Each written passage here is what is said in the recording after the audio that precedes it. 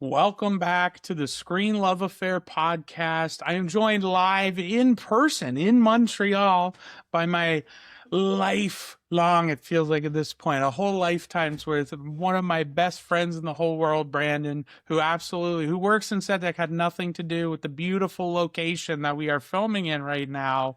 I did this all on my own. It was a long day. This is just a rental. None of the Blu-rays are Yeah, owned. I This don't is own any of these movies. I definitely don't have a like Google Excel sheet with more than 760 movies on it so I can keep track of everything I own. Definitely not a thing. Definitely not a good chunk of those movies behind me. But no, we are in Montreal. We're here primarily to talk about Mother Mary. But we did a triple feature on Friday that included I Swear and Mile End Kicks. So Mile End Kicks, we had a big group out. Montreal, Mile End is a neighborhood here in Montreal. So it's a very Montreal movie, literally. almost down the street from where we are now, too, right? Like that's Yeah, well, like we're we kind of like walked through the neighborhood yeah. basically today when we were just going out about. It's yeah, very closely nearby. And yeah, we had a big group for that. I say it's a Montreal movie. A lot of the criticisms actually were that it's a Toronto movie. That they filmed a good chunk of it in Montreal. Neither of us, I don't think, really particularly liked it, unfortunately. It was the closing movie, and we had a great crowd, I will say. Yeah. It was like a really sold out theater, again, of all like Montreal locals that were like giggling at location shots and like things like that, and the Montrealisms that they were kind of capturing. But It's the only screening experience where it was a full theater. I mean, we yeah. brought like 10 to 12 people to the screening. Yeah, we had a basically. whole row. Row Whole G row. belonged to the Screen Love Affair crew of people that Yeah. were all there, our friends that we all had met up with. And yeah, and like again, the rest of it, like there's people in the very front row. Like the whole place was near sold out for sure. Oh yeah. No, it's crazy. And it's funny, like as they recently just came out with Nirvana, the band, the show, the movie. Yeah. And that's like a huge Toronto banger, a really good movie, like outright. I had such high hopes for this. As soon as I saw a Telefilm Canada movie, I was like, oh boy, here we go. Nirvana, the band, the show, the movie, Montreal edition.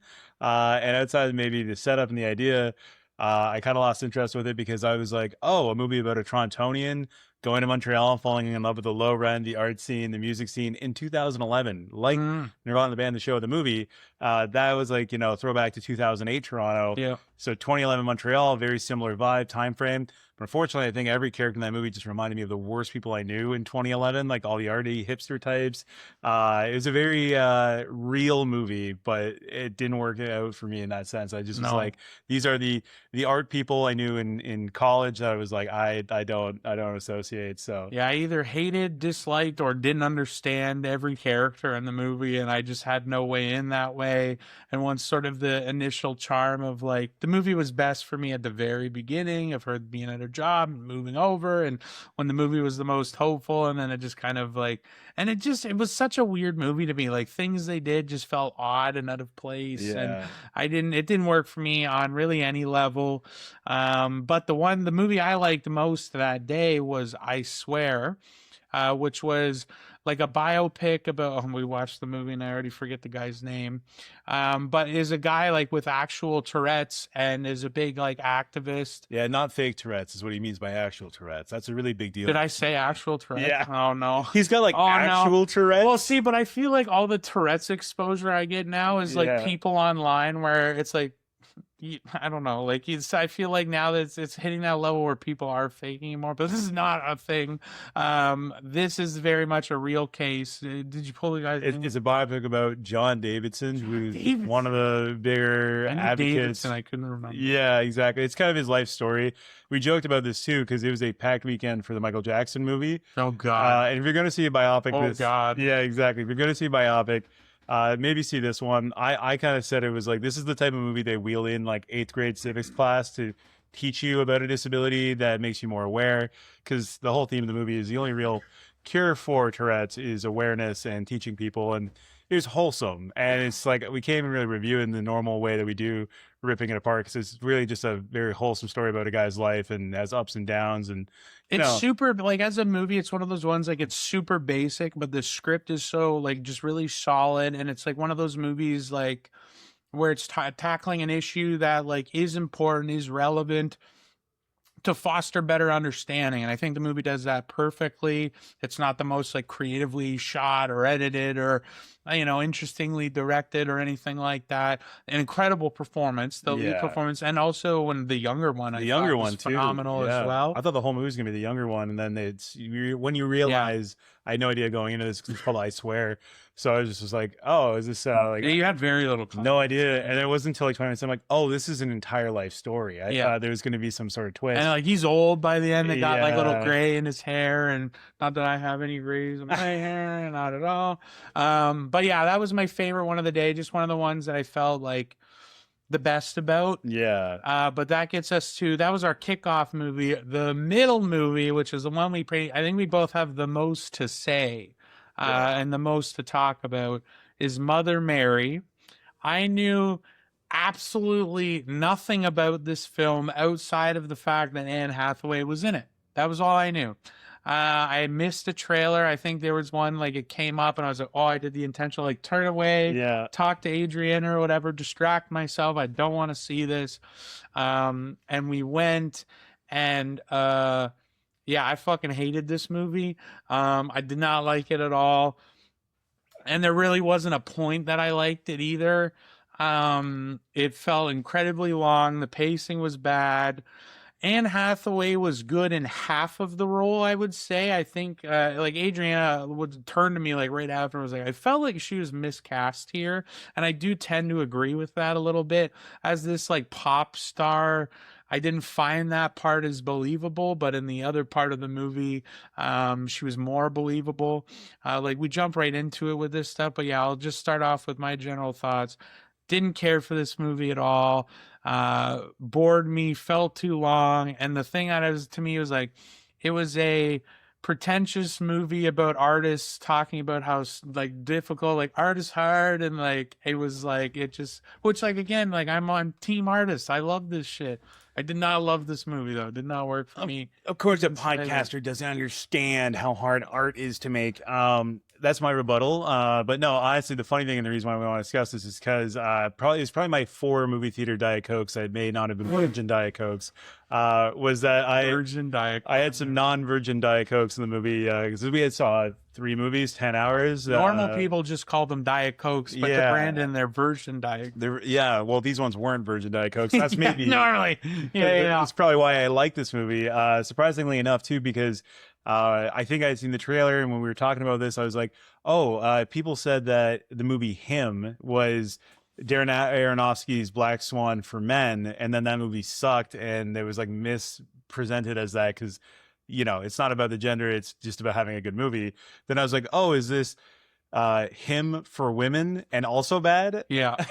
And also the Black Swan comparison with Anne Hathaway, I was kind of, on the fence on that, but I personally really appreciated what it was going for. I could say I found value in the movie, which I know Shea didn't, but I found value in it mostly through I think it was like the supporting actress, the one that wasn't Anne Hathaway. I think it was Michaela Coel, the character of Sam in the movie. She's the dressmaker. And again, the summary of this movie is that it's a dressmaker basically making the best dress for the maybe last performance of the famous Lady Gaga I would say there's like Taylor this Swift, universe, like Taylor Swift in scale. Definitely not in like music and demeanor, which was another gripe I had with the movie, where she's like very like somber music, melancholy. But yeah, she has like all the shows they show. It's like clearly like stadiums. And it's like Mega a giant, like super huge stage. And it was like a step away from being like the Kanye sphere, like it was that level of like big concert pretension. So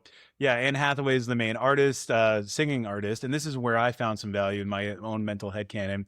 Was I really liked the dynamic that they had a backstory, they had a friendship and a career together, that had a bit of a falling out, and it's always hinted at that there might be more than friends, and it's never really confirmed, which I appreciated because I think they like to talk a lot like this, and look at each other in the eyes like that, like, and then they get close and breathe on each other. They could smell each other's breath. And then they do that and they're like, this isn't a metaphor. And then they peel off. It's a simile, like your ass. How could you do this to me? But what I appreciated was it basically from my, like, I put my pretentious cap on and I was like, oh, the difference here is it is a performance artist, a dancer and a singer, versus like a visual artist, somebody who does style and is constantly trying to kind of like decode what the client wants, what the again, the Lady Gaga, Taylor Swift artist wants.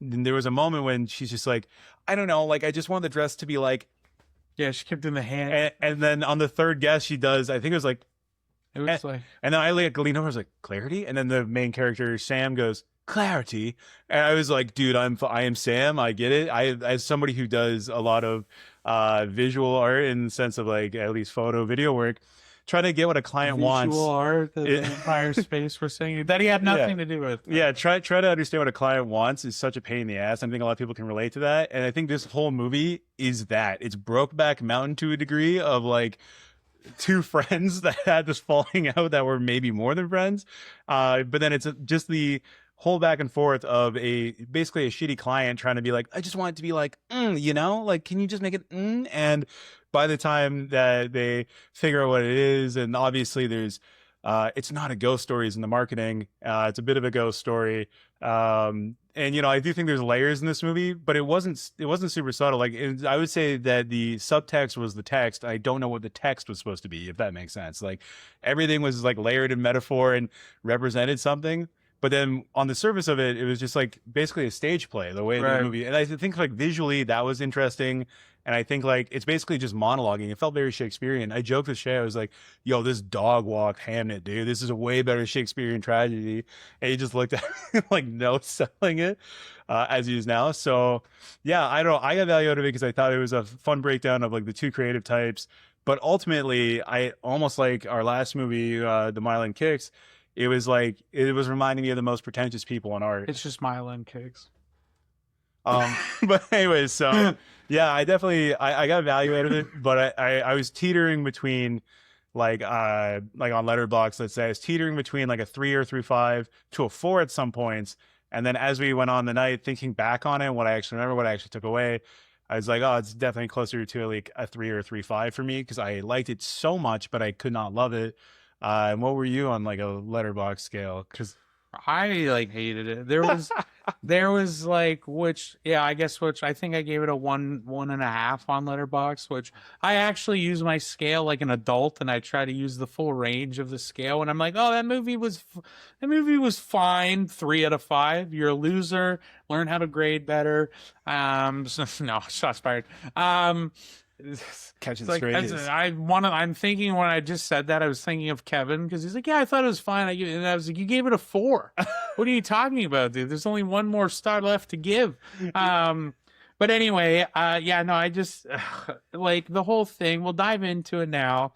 The whole, well, it's like there was this to spoil here either, like fucking nothing. I got really lost. Like basically the moment where they were like, I don't want to hear you sing because then I'm going to make it for the song and not for you. And it's like, I need to tell you, you just need to keep talking so I can figure you out. So I know the dress to make. And again, maybe it's because I honestly think this is part of the contribution here for me is the hyper specificity on the clothing. Because believe it or not, I don't know if anyone's seen me in public or just how I generally dress. I don't really give a fuck about clothing at all.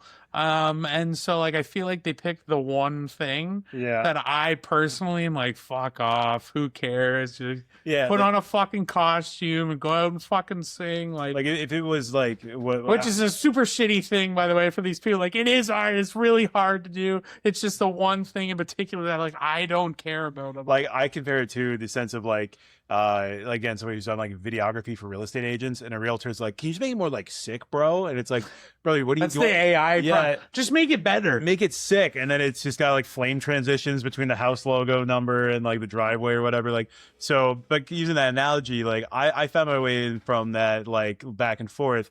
But yeah, I feel like if the movie wasn't about clothing and it was like, oh man, you know, I'm a big tech reviewer and I got to review the fidelity of this TV today, and then his boss is like, bro, whatever, just put it out there, and you're like, is it between a 3.6 to a 3.7 on our 5-point rating scale? Then you'd be like, oh shit, this is all about the integrity of the review. Yeah, so it could have just been unsuccessful on that because I too am not a huge clothing snob. But to add to that though, it also was just baked in this pretension that I really like couldn't stand. Yeah. And like the whole time, and I felt like it was so bad too that I was like, not only are the people in this movie pretentious, the people that made this or were also a little letting their pretension Yeah. fly.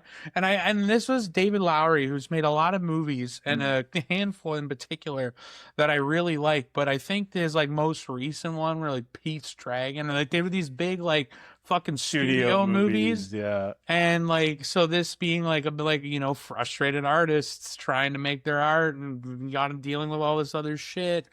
Like, I get it, I guess, but I would have personally been more interested in The like, movie, well, I would if it was a movie about the movie part of it, like, which I know people always like eye roll too. Like, so feel like what you're saying is you wanted an Damn. episode of The Studio where it was about the making of Pete the Dragon, and he's like, Pete's Dragon.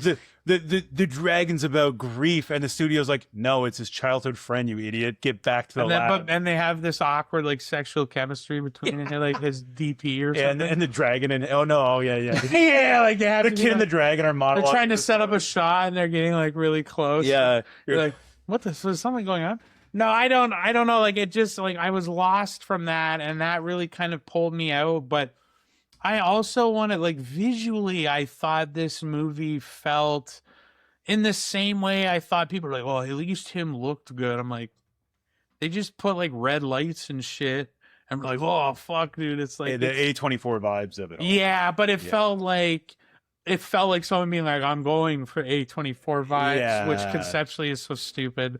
And it's like, yeah, so I just felt like all of that visual stuff just like also didn't excite me. Like normally I could be like, oh, but at least it looked good. It did not like to be like I guess it looked better than I swear, like which was super, you know, basic again. Just Whatever. very serviceable. This was Yeah. because like I was going to disagree. In There the was sense- more intent. Yeah, For sure. There was a lot of shots that were like extended oneers where they did like live scene transitions. That's why I said like I think from a technical Yeah. standpoint, the stage play element where it feels like they're in a room and things are shifting.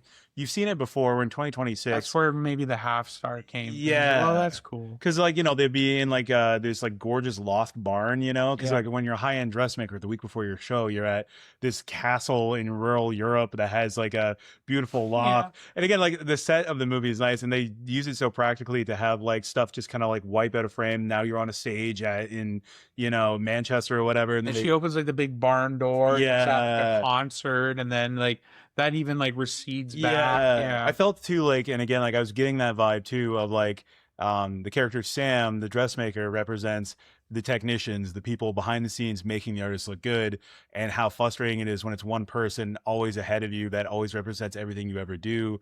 And I was personally eating that up because I like again I work in movies. I'm one of the many hundreds of technicians. He's a tortured artist. I'm not a tortured artist. And even feeling that I was going to compare this movie to Cheese because it's like I love cheese. Cheese is stinky as hell sometimes. Just sometimes you're like, I'm not gonna eat that. That stinks so bad.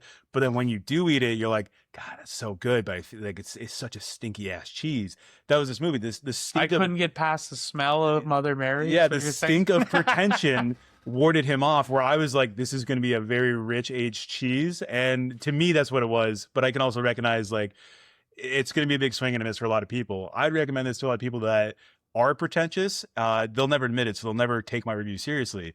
But if I think you're a pretentious person, I'll be like, oh, you actually like Mother take it Mary. from the guy with this beautiful mullet. Luscious mullet. If you like pretentious stuff, yeah, this is so the film for you. I think that meme all the time where it's like when you see this haircut in your neighborhood, you know the cost of IPAs and like glass blowing studios are going up or whatever. But yeah, so I just would say it's like I think that was like the key difference here because even myself when I found myself really digging it, and again, 3 maybe alcoholic beverages deep, I was pretty digging it. But I was catching that waft of pretension, which can make me go, is this so pretentious? It's just high on its own supply. Or is it actually saying this message that is about like, what's it like to service one actor, one creator, one performer when you are putting in all this technical work? And then when the technical work of the movie, visually having all these transitioning scenes and oneers and feeling like a stage play as a movie, that was to me just enough to be like, oh, that is what they're going for because the craft of this movie is matching the character of Sam in the movie. And And also too, like we watched a very sexless movie before this, and so seeing Anne Hathaway dressed like Lady Gaga in the first 30 seconds, I was like, oh, this is going to be at least more She interesting. still looks great. Yeah, still Anne Hathaway still got it. You heard it here By the way, first. we're at the precipice. Like, this is the start of the year of Anne Hathaway. Yeah, she's because she's got this soon to come. I guess we'll be covering this for sure. The Devil Wears Prada is in 2 weeks. Yeah. Yeah, I don't know why I've always loved that first movie. I'm a little less optimistic for this next one, but then she's also in the Odyssey. Oh yeah. I think she's like the wife, whose name once again been a minute. Read that in university. I don't remember the name of the wife. You but read? She's in. I did a little bit. And then she's got this weird one later in the year. I don't remember what it's called, but it's like Ewan McGregor. It's called like End of the Block or something. Okay. And it honestly, it hit me like a Stephen King thing. Like, yeah, it's like because the whole block gets transferred. So something, yeah, like a fucking T-Rex or whatever. Yeah, that's I don't want to know anymore. I'm going. You love you and you love Anne. I'll be there. Oh, dude, I watched a 30-minute trailer breakdown. Year. We got to go see that. My expectations are here. We got to go. Yeah, well, they will be by the time the movie comes out. No, you. But yeah, no, it's like, have you seen Babylon? I've been thinking while you were talking. Did you like that? So, funny enough, I did, and for similar reasons. But I got to say, my only Babylon story, and I finally get the opportunity to say this in the podcast.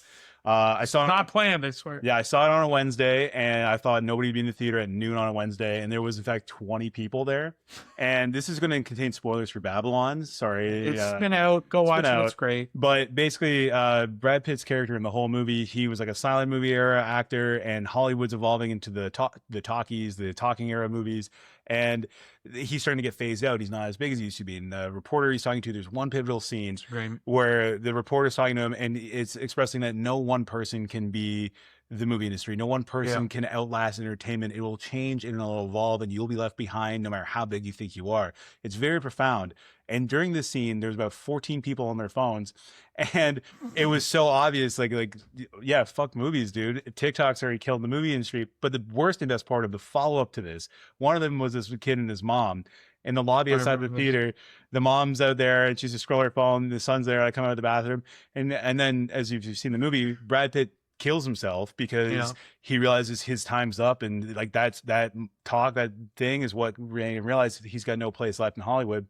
So he kills himself, and the little boy goes up to his mom and goes, "Mama, why'd Brad Pitt kill himself?" And she looks down for a moment and goes, "Shit, I don't know, just wasn't it no more." And then like that was it. And I saw this little boy walking out of the theater, like asking a question about the movie and feeling like he was confused because it was interesting. And I was there, a creep, being like on a Wednesday afternoon, wanting to be like, "Little boy, it's because that no one person can be Hollywood."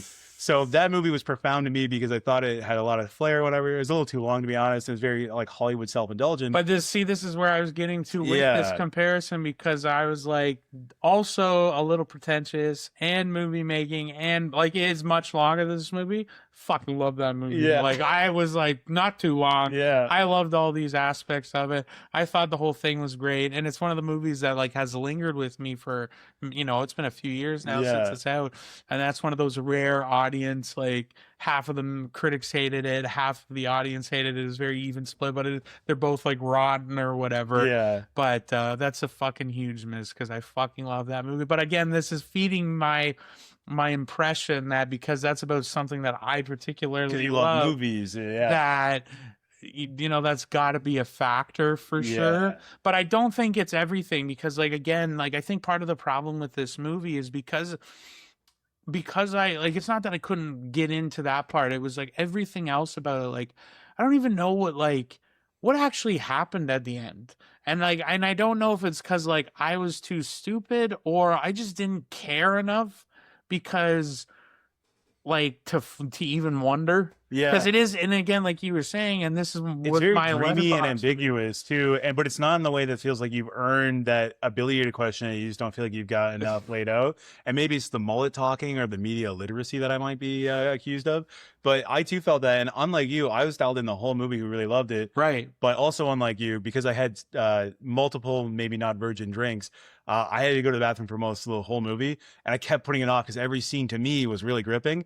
And I'm like, oh, we're clearly got like an hour left in the movie. So I ran out for 2 minutes, came back in, and I missed basically the climax, and I saw the last 10 minutes, and I was like, did I miss anything? I don't think I did, right? And she was like, no. I'm like, do you understand the ending? He's like, no. And I'm like, well, Well, like, yeah, because we're in spoilers territory right now. Like, you were basically, I think, like they were just sitting and talking, and I think, were setting up they their were like setting up the rules circle. for the ritual that they're doing. So Which is doing like, like a it wasn't even like a seance. rule. It was just, she was literally winging it. She's like, Yeah. I don't know. I've watched 1,000 movies. Like, that was a bit. She said, This is your like, sword. yeah, yeah, yeah. This So is your shield. they just did like the prop thing, and again, like this is the thing The where Stranger Things. was thing. it even? Yeah. This was under 2 hours. It was like, I think it was like 90 minutes. I think it was like an hour 40, but either way, Yeah. did not fucking feel like that. And there's like, I have to knock the pacing of this, because you're acknowledging, even if it wasn't that it bothered you, you're acknowledging that your sense of it was like off. They're at the middle point, something's about to shift. I'll go to the bathroom, and that was like the climax leading to the ending. So I come back with all the falling action, and I glimpsed it. Like I walked out during the rules of what was going on, because we were big rules people for horror movies and stuff like that. And then I come back in, and they're finishing the ritual, and like it's not a big visual difference. Like it's just still them talking in this circle, this pentagram. And then from there, like it just felt like they were like, time to end the movie now. And I didn't really feel like there was anything going on. It just felt like two old friends had a long conversation. I really need to bag the actual ending, because again, when I talk about like not following this, Hunter Schafer's character was in at the very beginning, where she's like the person that like, well, don't come in, yeah, and then they send her away to go pick up like fabric and scissors. We don't see her again for the whole fucking movie until the very end. And she was not involved in any of these like artsy conversations and all this shit about the dressmaking. Like, she's not in the movie. No. And then at that end point, like fucking, and this is where I was getting like lost. And I'm like, again, like I know at least part of it was that I just didn't care enough about what was happening to want to like try and figure it out. But there was that beat where she was like, well, what is happening right now? And Hunter Schafer fucking is there again, and is like, she's on the stage, and like she's reciting it, and it's cutting back and forth between what's happening, and I'm like, wait, I thought you were making the fucking dress now, but she's on the stage now. Like, and I again, like, yeah, I'm part of it is I'm fucking stupid, didn't care. I know that's at least because someone's gonna come in and be like, bro, the fuck. But my point with this scene is that, why the fuck is she there telling us this? Like, she was there for all this and part of that conversation to like capture this moment that they kind of like, it made sense for their conversation, but she wasn't part of that fucking conversation. So why is she reciting this? And that just was also, like bothering me even more. It would have made more sense too if she pulled up like the live feed on her phone and then was saying she's taking the stage. But she literally is having this psychic link, staring off. They're pretentious artists. Yeah, she's basically telling our our supporting actress, the Sam character, what's happening, and then the audience, us, is being shown what's happening, and you don't know what's actually happening. And it's like they're trying to like end it both ways for these two characters that maybe never made up or never had the closure they needed, despite they cut each other open and pulled the not ghost story ribbon out of, and like it was a little messy at the end. And I felt like I was like the exception here, where all the people we saw the movie with, I loved the buildup, I loved all the rising action, I loved all the inner dialogue scenes, because it is just two women talking the whole movie. And again, I know the guy with the mullet saying two women talking for an hour and a half is fascinating, is a shock, but I was enjoying that. But then the ending, I thought it was the 2 minutes I missed, but I assure you, I was like, absolutely not. No, I like basically a mini montage, and then it just wrapped up in the most like, I fucking really hated the end, by the way, which was just, they show the dress on like a mannequin. Yeah. And then it says like Sam, whatever, like her dress and the date or whatever. And then the fucking movie was over, and I was just like, yeah, because there were beats thrown, and like to talk more about like what I liked and I thought was like insightful and visual was like this Lady Gaga-esque Anne Hathaway, Lady Gaga. She basically, she's called Mother Mary. That's the title of the movie. They say the title of the movie, and I did the whole Family Guy like, oh, there it is moment.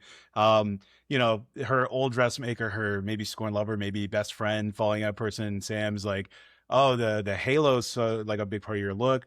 Whoever you replaced me with just started getting like that. They just focused too much on that, so every outfit got a bigger and bigger aura halo on it. And then when they show her early, more inspired, more like what used to be her type thing, the halo was like rusty nails out of like a leather strap. It was like small and detailed, and I just thought like from an artistic standpoint. That I really dug that they were making that point very clear that it used to be an accent and something that added flavor and interest, and that's what built her organically. And now she's become a parody, wearing a bigger and bigger headdress. She even remarks like it hurts my head. It hurts my neck. So Yeah, heavy yeah. whatever, yeah. And so like, you know, there's beats in this I thought were like well done, but again, like I think if I wanted to love the movie, the ending had to kind of make me feel fulfilled. And in the end, it just felt like they're trying to do like a bit of a La La Land thing, because she doesn't get the dress in time for the show is what we're told. Which again and shown makes zero sense. Told and shown through Hunter Schafer. I felt like we were still there for like one night. Yeah. And they said like, oh, we have 4 days or something, or 3 days. Yeah. They basically had like a half a business week, and it felt like they were there for like one night and an afternoon, you know, whatever. It's a very ethereal movie, and I know that sounds like a cop-out. It was very dreamy and A24 vibes, and I liked all those vibes. But again, yeah, for the ending to be what it was, to try to do that La La Land thing of like two passionate souls that just didn't work it out, didn't get the ending they wanted. It's so real. I just was like, okay, but you could have done that better. Again, they I showed feel like the it concert, didn't draw that part of it out. Like, yeah, that's what I mean. Like, I thought she gets whisked away because, like, from what we could tell, like they would have thought she was missing, because she just shows up there in a cab, no like limo, like she says, I think no one knows where I am, right? Like, so naturally, when her entourage shows up, like again, the way the movie was laid out, it felt like it was the same night. Yeah. And then so she gets whisked away. I'm like, okay, well now she's gonna go to work on the dress. But then while they're working on the dress, that's when Hunter Schafer has her big monologue about like, this is what's happening. And so I'm like, what the fuck? Like, so if it was going for like, it didn't work and make it in time, like I felt there was no impact of that. Yeah. I was just confused by that. Yeah. And it was like again, I'm like, and to what end? To what end? To what end? And like they had this fucking suicide, like did she jump off the fucking rising stage intentionally, or did she fall and whatever? Like they show that shit.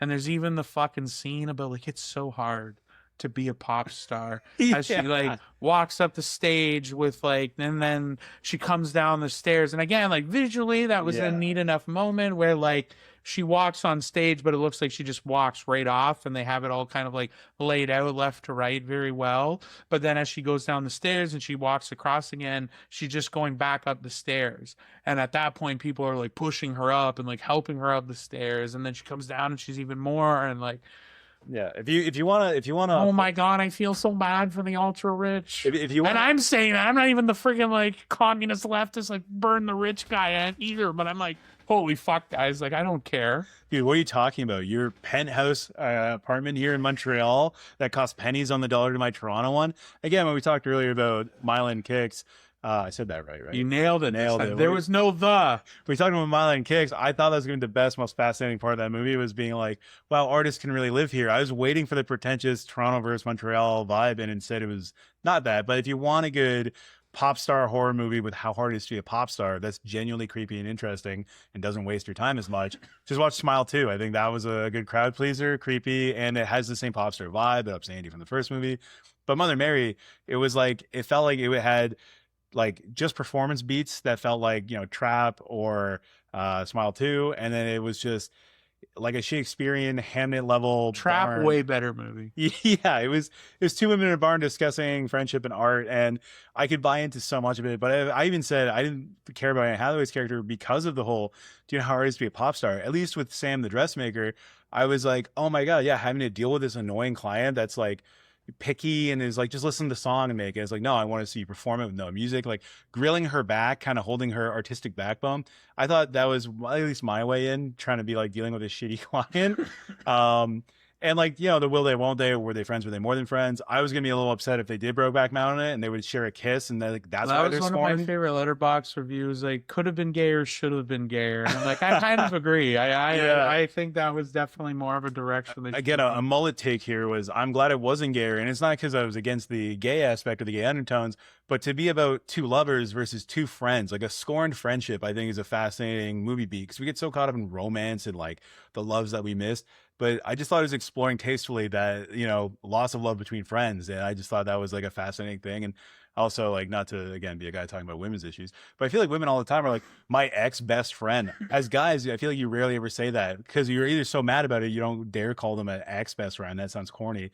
But secondly, most guys, I think after 7 years like us, we know each other longer than we've been on, what was it? Yeah, yeah. Now we've known each other more in our lives than we've not known each other. Exactly. And so I think what the study shows, like most men maintain lifelong friendships that they've known each other for 7 years. They never really break apart. But I've seen this happen all the time in relationships and with women that like they'll have like a 20-year friendship that will go down the drain over something. They'll grow apart and they'll be like my ex best friend.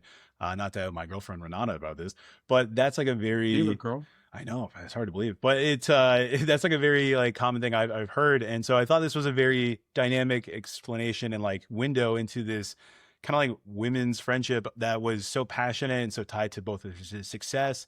It felt like a friendship divorce movie, and I'm like, that's such a refreshing thing than just my ex-lover vibe, you know? So it wasn't like I didn't want it to be gay. I just I really like that they were playing on that line where it felt so passionate. They could have been lovers, but they kept it in that framework where it was ambiguous, or if at least I thought this was a phenomenal little friendship centric breakup divorce movie. How you don't always get the closure you deserve, like the ending of the movie. I'm filling in a lot of headcanon here. Yeah, I think you're giving the movie like every possible grace that you could. But but again, this is the thing. We talked about this in the Undertone episode where it's like the Undertone episode of Undertone. We got to merch the shit out of this. We're going to do that someday, I swear. Remove But the yeah, drop or add it. That's what we do. We keep adding it. I do it too. I love something about Mary. Yeah, exactly. The something about Mary. But yeah, like I think the thing with this too, like I'm glad that you were like, oh, I cared about the friend. I didn't care about the friendship. And like again, like I'm not forced to go to this. Like I wanted to go. I was excited for the movie. I was keen for the movie. It's not that I didn't like. I was like, oh my god, I don't want to go see this movie. You're making me go see this. Like I just didn't give a shit about anything at all that happened. So it was like, and I like to me, like trying to give, like, I'm listening to what you're saying and I'm trying to like, okay, like, you know, was I being a curmudgeon? But it's like, I really don't feel like they gave us enough of the friendship component of it because to me, it was more like, I felt like the relationship was much more business and sort of the gap that was different was like for the dressmaker for Sam, it was like she's like I put everything into you and then just one day you like told your assistant to tell me to fuck off or something like that. And I'm like so I didn't feel that both ways. Yeah. So like that the like I feel like from at least in my interpretation of it like the friendship part was a bit overstated. But like yeah, I just like I really am trying hard to think of like redeemable things and like you like we're spending a lot of time on this relationship part. I was baffled when this movie ended and you were like, dude, I thought there was an hour left. I'm like, if there was an hour left, I would have jumped off the fucking stage because like I felt like this fucking story beat. So they have Sam tell her story and it's like this again, artfully done They do the Frankenstein thing where they go, you've told your story. Yeah, let literally. me tell you mine. Which when I saw it in Frankenstein, my fucking eyes rolled out of my head and I got to find them. But Sam does hers and it was like a quick 5-10 minute like it is good insight because and it was a well like shot that was the one we were talking about earlier where she like opens the barn door, there's the concert and she goes back it's in. also personal too because you wouldn't see the dressmaker and how she was doing, but when you know Anne Hathaway gives her version of events, that's probably been clipified to death on YouTube. The star falling off the stage, having all this stuff, the 10 witnesses at the seance. Like I kind of was like, I already kind of could clue in most of this, and it felt generic. But that part felt like it was fucking 55 minutes long. Like yeah, part like of the story, and then like it just went like so long because there was this vague like what, and then I saw this ghost thing, and it was just like a red sheet. I did love that the character of Sam, who says that she was haunted by the ghost of her relationship, whether being at her career or whatever, and I guess I can vibe with that too. And like working in film and TV, it's a contract, so you get really close working the same people, and then one day they have a show they can't bring you, there's not enough budget, not enough people available, and you just miss the boat and your friend's going to work without you. So like I've been there, so on a professional friendship I got it. But my point of that was I like how Sam is like, I saw a ghost, and she tells this like kind of haunting metaphor of a ghost story, because it's not a ghost story, it says in the marketing. And then when Anne Hathaway looks at her, and I also can't remember Anne Hathaway's name at all, than Mother Mary, looks at her and goes, I I think saw that's the how they same say ghost. it. She's like, I saw the same ghost. And immediately Sam's like, fuck you. I get my own ghost. You Yeah. can't steal my ghost. She's like, no, I saw it. And then we get like the 45-minute explanation from her point of view across the world, basically, too. And they saw the same ethereal ghost from but I love that she kept being like, stop making this about you. You always do this. And I'm like, that is a real reason why, like, again, I've heard so many girlfriends say like, oh, I stopped talking to that girl. Like, we were best friends, but she kept talking about herself. She made every story about her. She kept one-upping me. And I was like, that was a real moment. I thought like that was like what sold but then me. she had the real ghost. It was the real It was ghost. real. Yeah, it was So the it's same like- ghost. The same. So then I'm like, the this same inclusion. labia red fabric ghost. It was, Well, yeah, it looked more like bloody and like it was shaped, and then it definitely took forms of like, other thing. yeah, like Also, to say too, talking about that trailer wise, did you see the trailer? Any posters? It's everywhere. The moment that Anne Hathaway at the start, it's like, oh, I need to make the best dress, and then she's like, well, give me more feedback. You're not giving me any good feedback. She's like, any color but red. And then immediately I'm like, well, the ghost is red. It's on all the posters, all the marketing, all the trailers show a okay. red ghost, and it's a fabric of a red ghost. Like that's what the visual cue is. So I'm like, okay, well, the ghost is clearly red, and the only way to exercise it is to make a red dress from the fabric of the ghost, right? And I feel like that's what they were building towards and trying to do, again, with like then processing the seance with like the scissors and the sewing needle. So I was like, oh, they're going to make a she dress. like cuts her chest. Yeah, so I was like, this is going to be really obvious if you've seen any promotional material, especially when she says not red. And again, the ghost is a red fabric for the most part. And then again, when they're But that's pulling what it out made of me like her, roll my fucking eyes because I didn't see the trailer stuff, so I didn't Yeah. know. But when she's like not red, I was like, okay, there's obviously something about that. And then when they do this ghost story shit, and as soon as I saw the red fabric and Sam's thing, I was like, oh, and I knew exactly. I'm like, so let me guess, they're gonna find like I didn't know like, oh, the ghost, they'll do a fucking spiritual ritual or whatever. Yeah. And that'll be about. I'm like, okay, like I saw these beats, but again, it just was like, it was so obvious. And so, but like again, it thought it was smart, but beats were not smart. yeah. And like, and we've ignored this part, and I've tried to let it go a little bit because Oh, again, you've no. been talking. And this is what I wrote in my letterbox review. If you guys follow me there, it is fucking baffling to me that this movie had the fucking nuts to be like, stop talking to me in metaphors. This whole fucking movie is just like either uninteresting or on the nose or a combination of both metaphors the whole fucking time. And it's so like, It did remind me because like there is a moment where where's the stage? I'm jumping. Yeah, there was like the moment he's describing, this is when she was getting upset, being like, "Stop trying to steal my ghost. Can I have my own ghost story?" And then she goes, "No, what I'm saying, it sounds like a metaphor, but it's not." And then like, 30, 40 minutes later, they're getting upset again by like the, complaining of the ghost and stuff and like whatever. And she goes, "Please, for the love of God, stop with the metaphors." And then you looked over at me just like, are you kidding me?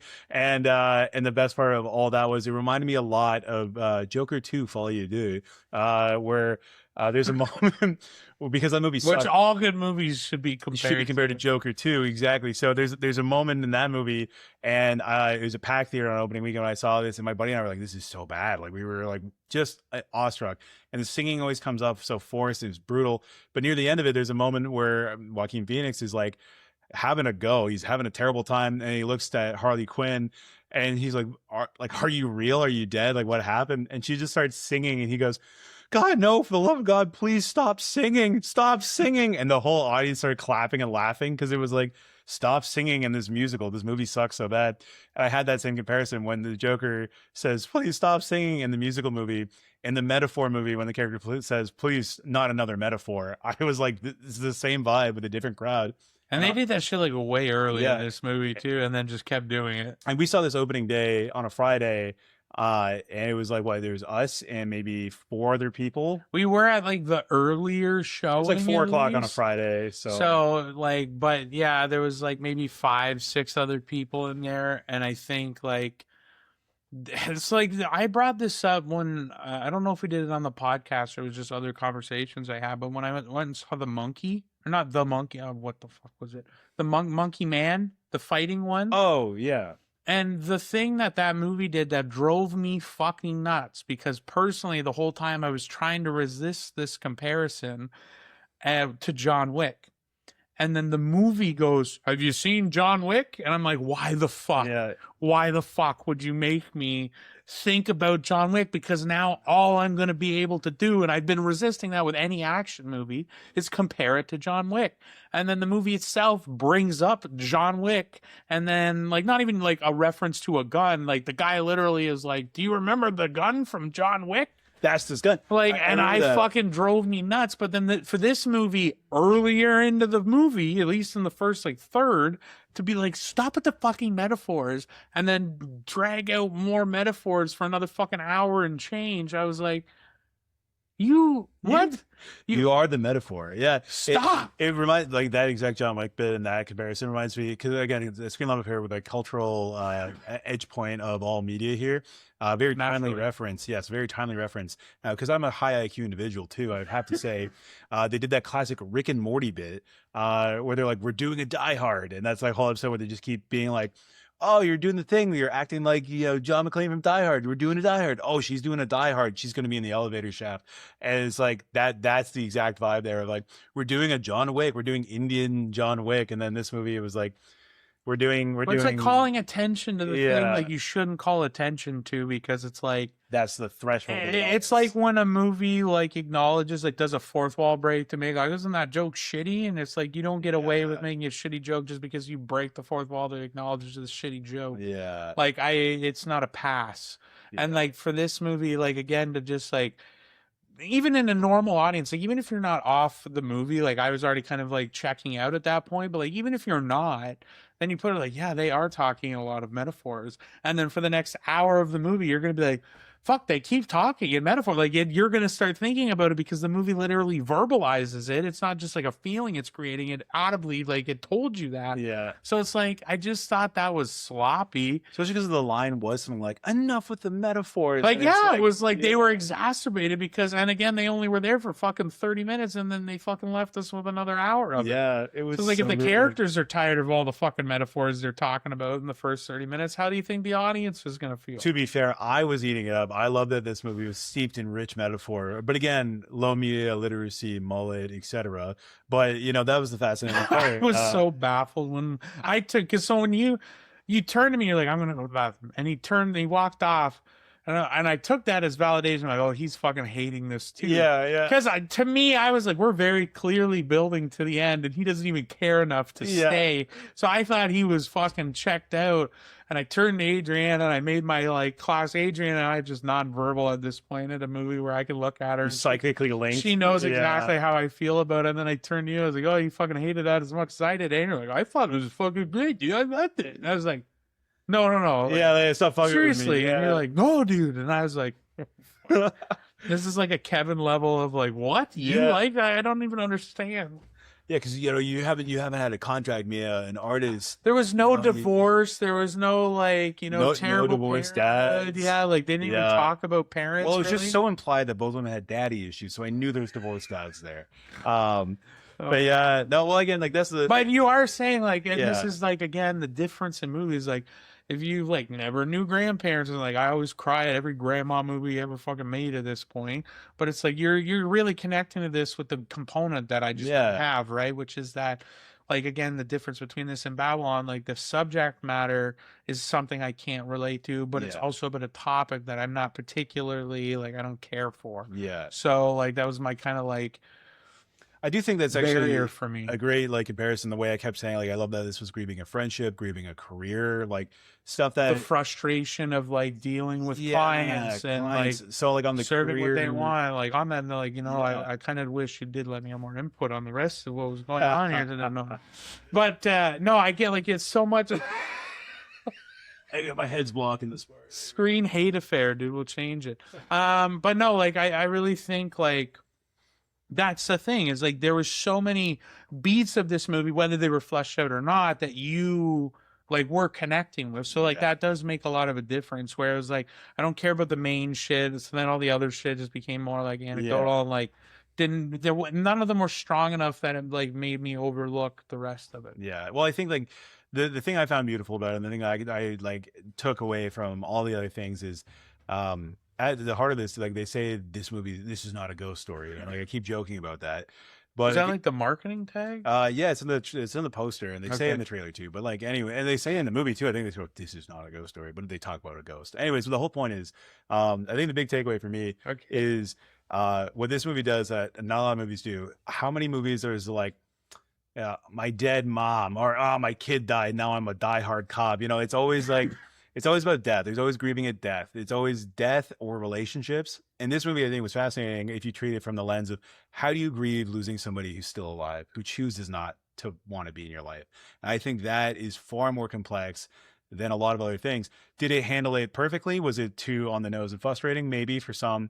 But I do think like the idea of grieving a loss of somebody who's alive is something that we don't talk about at all. Like it's just like get over it. You know what I mean? To be rejected by a friend, to be rejected in a professional sense, like whatever it was, a creative sense. This is a movie about like the love and loss on like a very like mundane level. Like in a way, it's very dramatic. And I think by this comparison, you say it's melodramatic, grieving somebody who's not in your life anymore, even if they're alive. I feel like in my personal life, I've had people move away or like whatever, and like you lose them and you grieve that you don't get to be with them and spend the time they used to have and enjoy their company so much in person. You know, and like sometimes you don't have a blowout and things just fade away and die on an emotional level. But at the end of the day, it's like I'm so glad this wasn't like, oh, my pop star friend OD'd and this dress is how I grieve her. It's my pop star friend was shitty to me and didn't hire me back, and we had a whole career together, 10 of our best years working together, and I'm just thrown out for the next record label person. So I think like to really headcanon this and try to get what I thought was the most fascinating is grieving somebody that was alive. And I don't think we cover that in movies enough. I would love to find like a letterbox column genre thing where it's like, you know, there's so many now where it's like movies where the ghost is actually a metaphor for grief.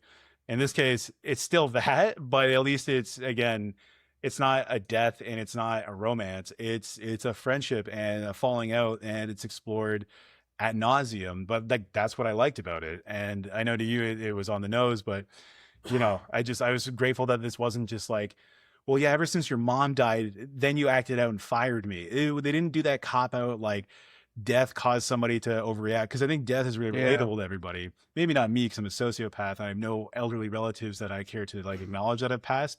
But I think on the level of like people who have just moved on with their lives and forgotten you or shunted you, I thought there was a really fascinating like layer that this movie was exploring that is often just not talked about, because it's like it's hard to talk about. What person passionately writes a 145-minute movie that is basically just like, what if your friend was a total bitch and you finally got to tell her about it, huh? You know what I mean? Like, so shout out, kudos to that. I thought that was at least interesting. Well, before I undercut your whole point that you was passionately made, I do want to say, for the record, for the people at home and to Brandon now, Brandon did all of this, and I love him very much, and our friendship is good, and I appreciate all that. But to me, that was like 1/10 of the movie. I thought like I thought the big like obvious main thing was Anne Hathaway and like her fucking losing her sense of self, and did she jump up the thing? And because you could tie it all back to her pop star success causing her to forget her friends and what was important to her, which is cliche. Bro, I think you did watch like a 3-hour cut of this movie in your head,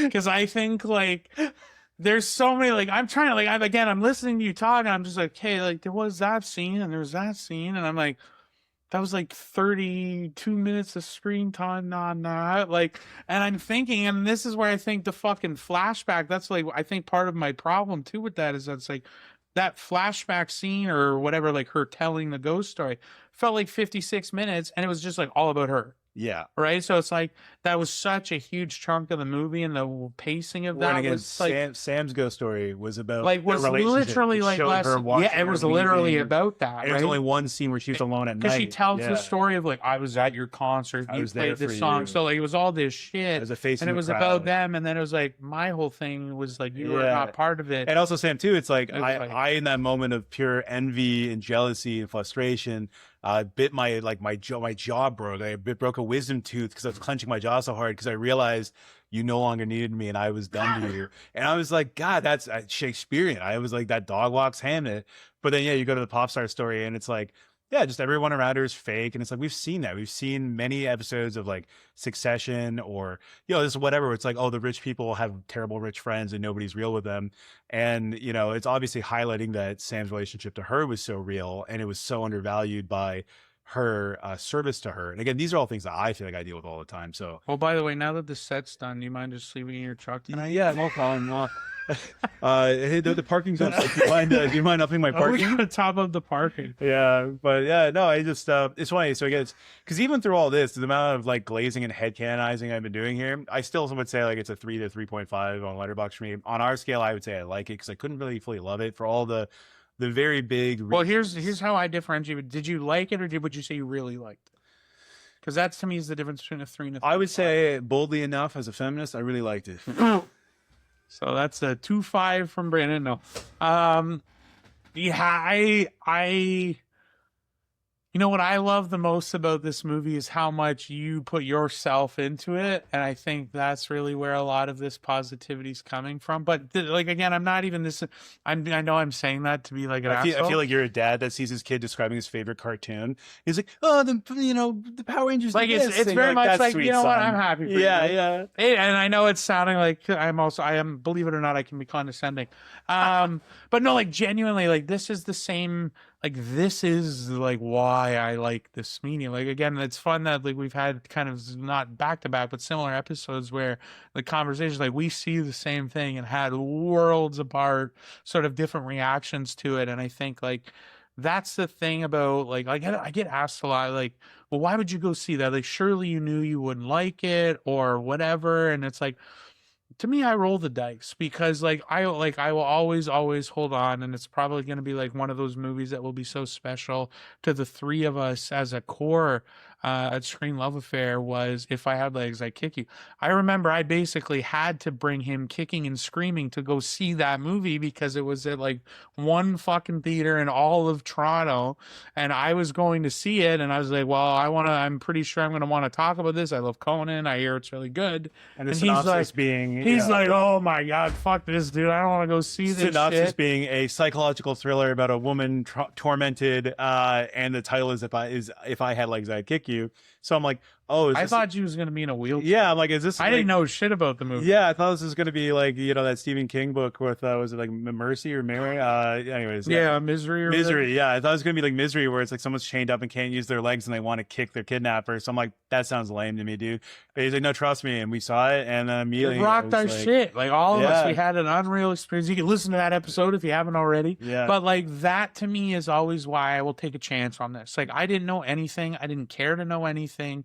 Like that's the thing. Like, and I know some people like we have that luxury, and luckily it's like for me it's like sort of like my singular passion like as a hobby thing outside of like hockey, and that's watching hockey. So it's like I have a lot of time to be able to go and watch 3 movies on a weekend and like do all that shit. So I understand like there's a lot of people that listen to shows like this or watch our other videos to be like, help me decipher like what I can watch and what I should prioritize and what I should make time for.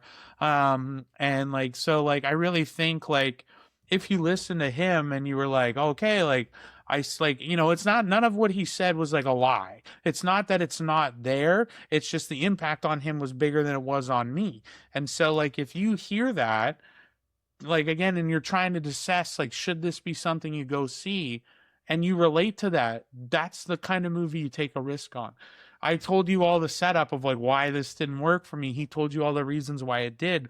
And I think that is like the way to really connect and like help kind of differentiate these movies where it is a risk. You don't know. It's definitely not a movie that's like, it would get 99% critic, 99% audience. This isn't like a general blockbuster crowd pleaser at all. Yeah. But it can be a movie that really does impact you.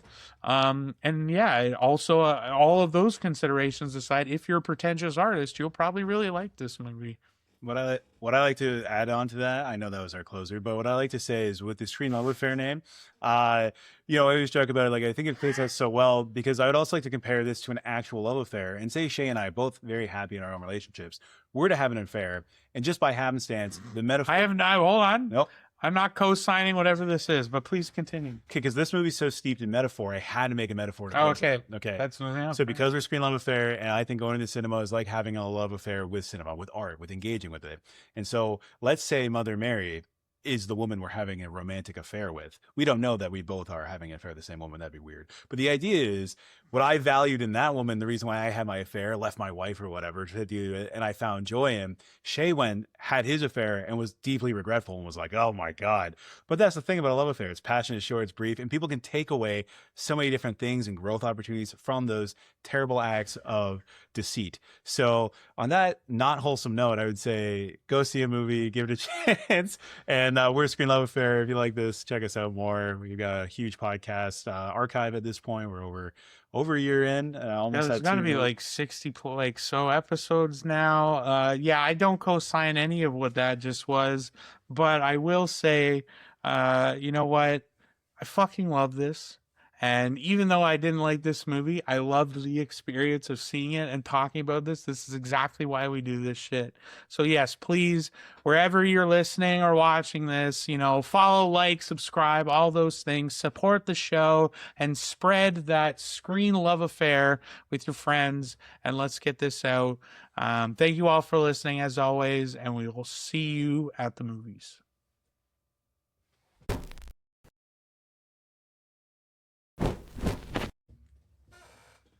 Boom, boom. Can I get 5 big booms for that? What's the Cineplex equivalent? Oh, I don't know, 5 big shushes. Five big pops. Pops? Popcorn. Pop. Oh, that's fucking. That's good. Is it? I don't know. It's. What's Commander Colonel though? It's Commander Colonel. Colonel. Colonel. Now I got to paint you one. Taylor's gonna shit on me.